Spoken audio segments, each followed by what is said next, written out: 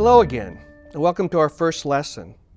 In this session, we're going to describe the fundamental purpose and value of collaboration. We're going to identify the dynamics of conflict and the role it plays as a challenge to collaboration. We're going to explore working together as a process for supporting shared learning and decision making. And finally, we're going to review the essential elements of an effective process that will support working collaboratively. The overall objective of this module is to identify a number of key concepts that are foundational to working with others. We'll start by addressing two fundamental questions. First, what is collaboration, or what does it mean to collaborate? And second, why do we choose to collaborate? The answer to the first question is relatively easy.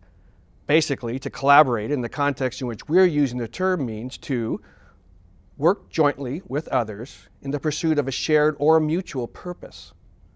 The answer to the second question, why do we choose to collaborate, may be a bit more complicated. In some cases, we collaborate because we're expected to do so by the organization or the institution in which we work.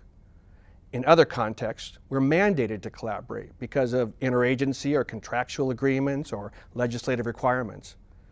In many situations, we choose to collaborate because the task we're taking on is bigger than any of us can accomplish on our own. And finally, we may choose to collaborate because we've learned from experience that it is essential to our success and fundamentally produces better outcomes. Most often, we commit to a process of collaboration because we believe that there is a potential for achieving what we call mutual gain or mutual benefit by working together. In other words, despite the challenges we're going to face, we believe that it's worth the effort because the potential outcome is better than either of us could achieve independently.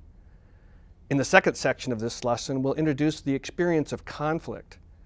Collaboration can be pretty uncomplicated when we all agree and are operating from similar perspectives. However, here is the challenge. People often identify diversity of perspective or opinion as one of the primary benefits of approaching a task working with others. My experience, however, is that this is often only true until the diversity actually shows up. When it does, we too often cease to see value in our diverse opinions, but rather see these differences as a threat. Once we adopt this belief, we default to a defensive posture. If we allow this sense of threat to run unabated, we run the risk of losing much of the value of working together.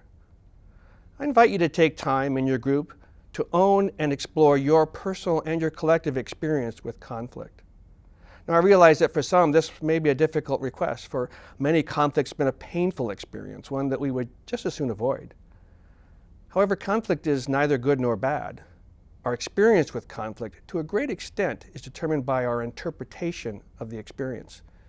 To the extent that we interpret conflicting ideas as threatening, we'll continue to experience conflict as something to be avoided, managed, and or even fixed.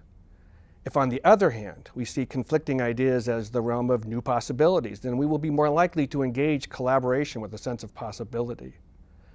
In the third section, we'll focus on what I believe to be the key value found in collaboration, that of shared learning.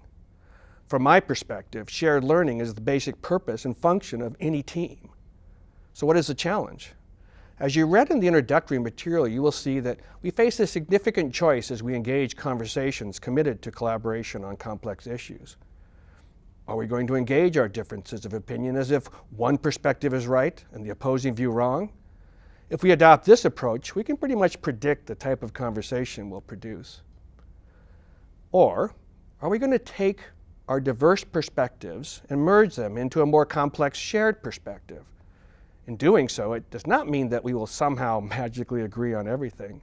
What's more likely is that we will identify issues about which we agree, issues inviting additional exploration, and yes, when all is said and done, issues about which we may never agree. However, we will have a deeper shared understanding of a complex topic out of which to identify new possibilities. Finally, in the final segment, we identify critical elements essential to the process of collaboration. Once again, let me remind you that new insight's not sufficient to create change. You must take action on the new learning. Identify individual and collective steps you might take to incorporate this learning, and enjoy your conversation.